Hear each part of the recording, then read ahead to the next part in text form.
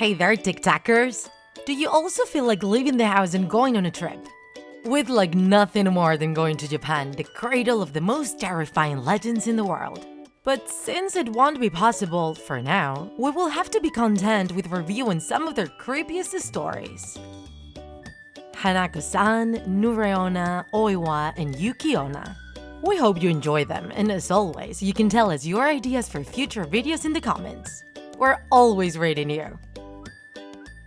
It's Hanako-san, the sinister spirit of a young girl who haunts school toilets, one of the spookiest yokai of Japanese folklore. Hanako has short, straight black hair. She wears a school uniform with a red skirt and braces over a white shirt. They say her dark look can freeze the blood of the bravest people. It is said that Hanako-san is an initiation rite or a bravery test at schools, very similar to Bloody Mary or Veronica. We don't know why exactly, but Japanese legends are many times related to enchanted bathrooms. Hanako is no exception. She lives in the third bathroom of the third floor. If you feel her evil presence and you are brave enough to knock on the door, you have to do it 3 times and ask, "Are you there, Hanako-san?" A chilling and sinister voice will answer, "Yes, I'm here." Then she can just vanish, sinking into the toilet and flushing. Or, with a bloody hand, drag you inside to kill you. Hanako's origin is uncertain, but many people say it is a girl that died tragically when her school was bombed during World War II. This explains her outfit, with a uniform very similar to the ones Japanese girls wore back then. Her spirit was trapped between the world of the living and the world of the dead, and now she wanders bathrooms scaring whoever dares to bother her. There are many variations of the legend, but they are all as terrifying. In one of them, Hanako-san can answer with a hoarse voice as if she was possessed by Satan. In fact, some people say it's not a girl but the devil himself trying to trick you with a sweet voice. And when you look inside the toilet, you find a monster. For Japanese people, 4 is a bad luck number as phonetically it sounds very similar to the word death. In some schools in Japan, they say you have to go inside the 4th toilet and once inside, recite "Ichibanme Hanako-san, Nibanme Hanako-san, Sanbanme Hanako-san," which literally means first Hanako, second Hanako, third Hanako. Then a pale and stinking hand will appear over the toilet's door. Another way to call on her is by stirring the water in the toilet 3 times while you call her, non-stop. A bloody hand will come from the toilet and she will try to drag you with her.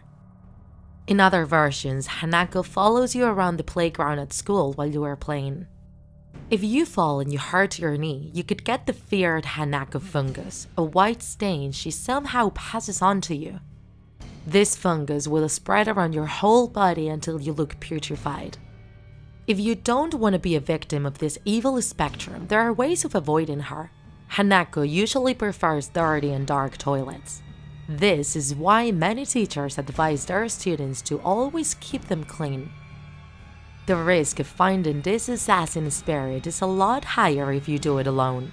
If you stay together, the possibilities of surviving will increase. Go to the toilet together.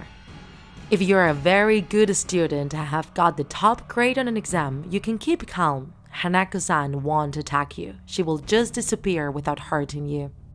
Hanako's myth has inspired many artists in mangas, animes, and movies, such as Toire no Hanako-san from 1995 or Shinsei no Hanako-san from 1998. She also reminds us of the character Moaning Myrtle in Harry Potter, the ghost of a student killed by Lord Voldemort in the toilets of the 2nd floor. Be careful.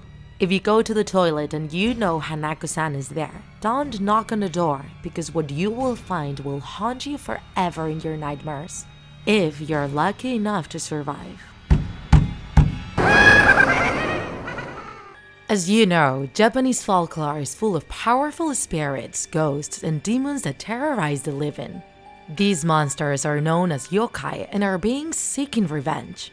This is Scary Tuesday. We're going to tell you about Nure-onna, an aquatic spirit with vampire traits. Nure-onna is a sea snake that roams the coasts and rivers in search of humans to eat. They are most commonly found on the coast of Kyushu, southern Japan, but there are also stories that place it north in the archipelago. Nure-onna means wet woman and comes from the fact that she always appears soaked. We can find two versions of Nure-onna, one without arms, which resembles a huge sea snake with a woman's head, and one with human arms that end in claws, as if it were a mermaid, but with a snake's tail. Apart from this difference, the two versions look and behave exactly the same way. Their faces are horrible. She has an evil smile and a tenebrous laugh. They also have a forked tongue. She has beautiful, long black hair that sticks to her dripping body. Physically much stronger than a human being, she is believed to be powerful enough to crush trees with her tail. But Nure-onna prefers to use deception and cunning to catch its prey, rather than relying on brute force. Normally, we can find Nure-onna on the shore near the water or on the bank of a river washing her beautiful hair. To catch her victims, she often appears magically disguised as an anguished woman carrying a baby in her arms. She asks the fishermen or anyone who passes by for help. When the prey approaches, Nure-onna will beg you to hold her baby for a moment so that she can rest. If the person accepts and takes the package, it quickly becomes as heavy as a rock and the victim cannot move. That is when Nure-onna attacks her helpless victim, drawing blood from her long serpentine tongue. In other versions, Nure-onna catches her victims pretending to be a drowning woman. When someone approaches to try to save her, she attacks. Nure-onna often appears alongside other yokai like Oiwa, as they live in the same environments and share the same diet. Oiwa, also known as the beach woman, is a dangerous vampire spirit that wanders the western coast of Japan, looking for fishermen and travelers to eat. The legends don't agree on her appearance, though mostly she manifests herself as a beautiful woman who has just come out of the water. Her hair almost reaches her feet and is tangled. She has attractive eyes and usually wears a light white nightgown. From the waist up, her appearance is feminine, but from the waist down, her body becomes blurred and transparent, showing her ghostly nature. When Oiwa appears before humans on sandy beaches, they are shown as beautiful beings staring at the sea. If someone approaches and tries to talk to her, they turn around and let out a deafening scream that stuns the victim. Then they rush with their long hair and drag their prey towards the sea, where they draw blood with their hair. On rocky shores with no sandy beaches, Oiwa sits on the cliffs and calls passers-by with a hypnotic voice that makes them walk directly towards her. Both Oiwa and Nure-onna are found mostly during Obon, a Japanese holiday that honors the spirits of their ancestors, and also New Year's Eve, when the limit between the realm of the living and the realm of the dead can be easily crossed.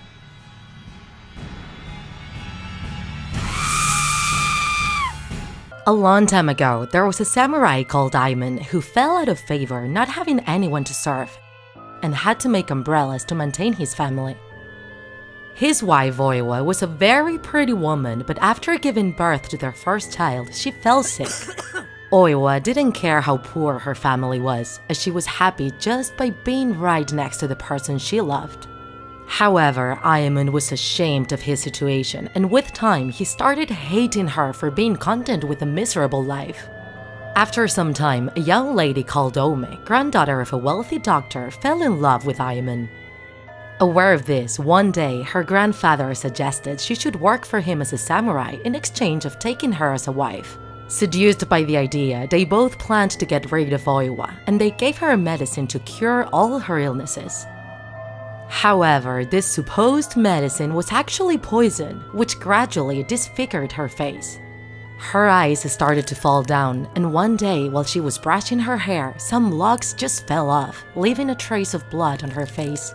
Even though Oiwa knew something was happening to her face, she was so poor that she didn't even have a mirror to look at herself.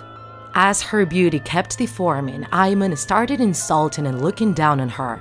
As he was unable to kill her with the poison, he sent a servant called Kohei to seduce her and so have an excuse to leave her. But when the time came, the servant felt bad for her, told her about her husband's plans, and gave her a mirror. When she saw herself, she went mad and started struggling with Kohei, cutting her throat with his katana. While she was bleeding to death, she used her last breath to curse Ayamon and swear revenge. When he got back home, he discovered his wife's body, though there was no trace of his servant. Knowing his testimony could compromise him, he sent people to find him and killed him. He decided to get rid of the bodies by nailing them to a board and throwing them to the river. He was finally free to marry Ome, and they celebrated a great wedding. That same night, when the couple was finally alone, Ayamon took the veil of the young lady off. But behind this thin fabric, he didn't find the innocent Ome smiling back at him, but the disfigured and bloody face of Oiwa clamoring for revenge. He took his sword and cut the face of his dead wife, who cried heartbreakingly when he touched her face. But when her body fell on the floor, Ayamon saw that he had actually killed Ome, and he ran away terrified. While he was running down the hallway, Kohei's gloomy figure appeared. He took his sword again and cut again. But after cutting his throat, he realized it was actually the body of his father-in-law. Totally controlled by panic, he ran away and searched for refuge at the mountains. Ayamon never got to rest after those events. Everywhere and at all times, he saw Oiwa, her reflection in the water, the night lights. Her disfigured face always accompanied him, and he even started hearing her voice. One day he went fishing. He found the two boards with the putrefied bodies of Oiwa and Kohei. They were reproaching him from the afterlife for his actions. He started to get crazy. However, he wasn't ready to confess his crimes. Until one day, Oiwa's brother came to his hiding place. After knowing about his evil actions, he defied him to death. They both got ready to brandish their swords, decided to end with the life of the other. Ayamon was clearly ahead, as he was a samurai, and he soon cornered his opponent. But right when he was gonna hit the coup de grace, Oiwa's face appeared. He was totally paralyzed with terror, and his opponent made the most of it. He hit a death blow. Ayamon collapsed with expression of horror on his face, and the last thing he saw before dying was Oiwa's macabre smile. She had finally taken revenge upon him.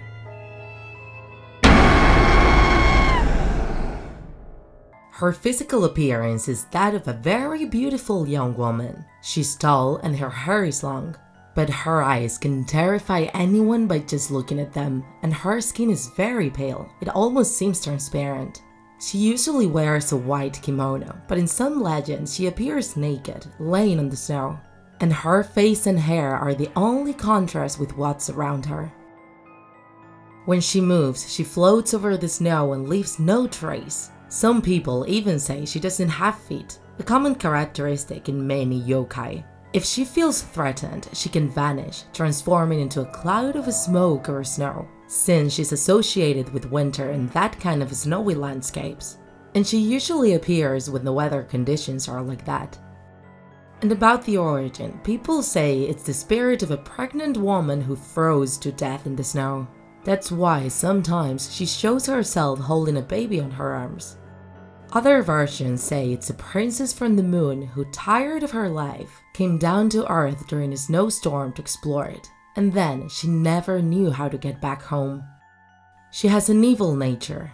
Her beauty hypnotizes the travelers that are tired of fighting against the storm, and she uses her frozen breath to calm them down and send them to sleep, until they pass out and turn into ice sculptures.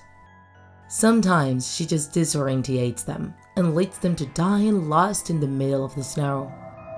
But in other legends, she's a more aggressive character. She goes into people's houses, knocks the door down with a gust of wind to kill them while they sleep. Even sometimes she adopts the shape of a succubus or a female demon to seduce weak men and with a kiss take from them their vitality. As you can see, she has multiple manifestations, and depending on where in Japan we go to, we'll hear different versions. In the prefecture of Niigata, they say she kidnaps kids. In Iwate and Miyagi, they say she steals souls. And in Ibaraki, she throws men who ignore her off cliffs. In Aomori, she is called Ubume and she asks travelers to hold her baby. But the baby is so heavy that the person holding him can't move and freezes to death.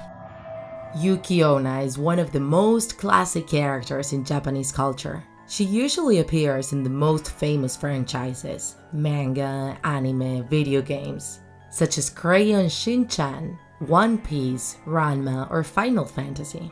But Yuki-onna also has a merciful side, as it is shown in the most popular tale. We can find it in the compilation book Kwaidan, Stories and Studies of Strange Things, by the scholar of Eastern culture Lefkadio Hearn.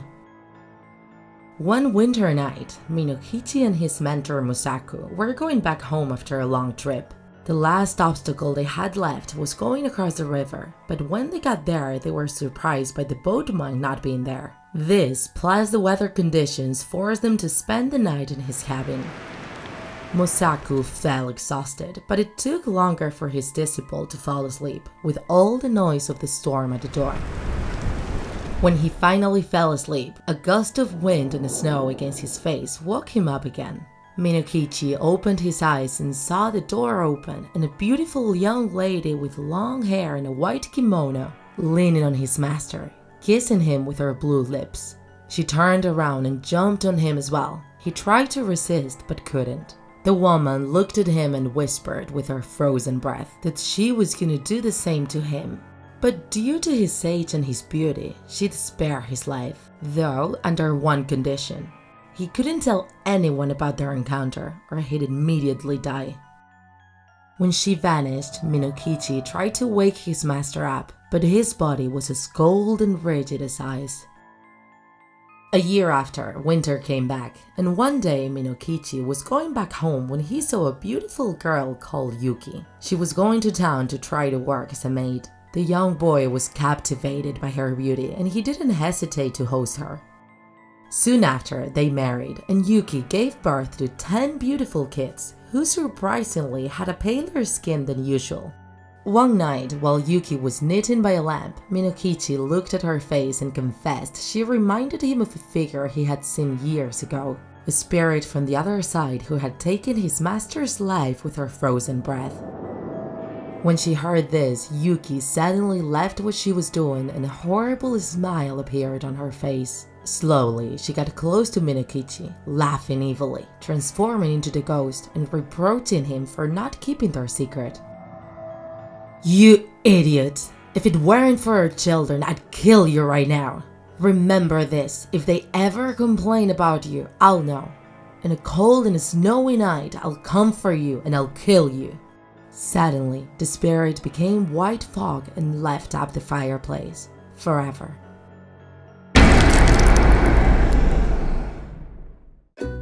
If you enjoyed this video, don't forget to like it, and if you want to see more Draw My Life videos, subscribe to our channel. See you in the next episode!